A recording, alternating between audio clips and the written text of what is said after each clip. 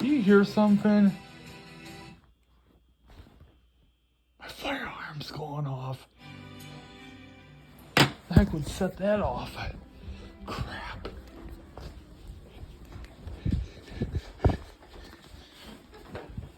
Why is my alarm going off?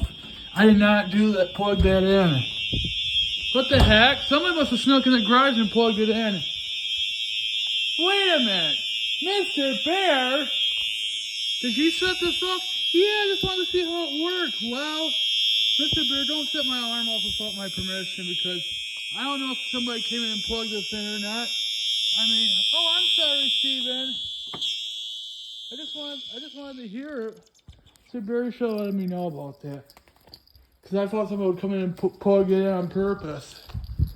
And plus, if I had a fire alarm control panel and that went off, I'd think it would be malfunction or something. So don't do that, Mr. Bear.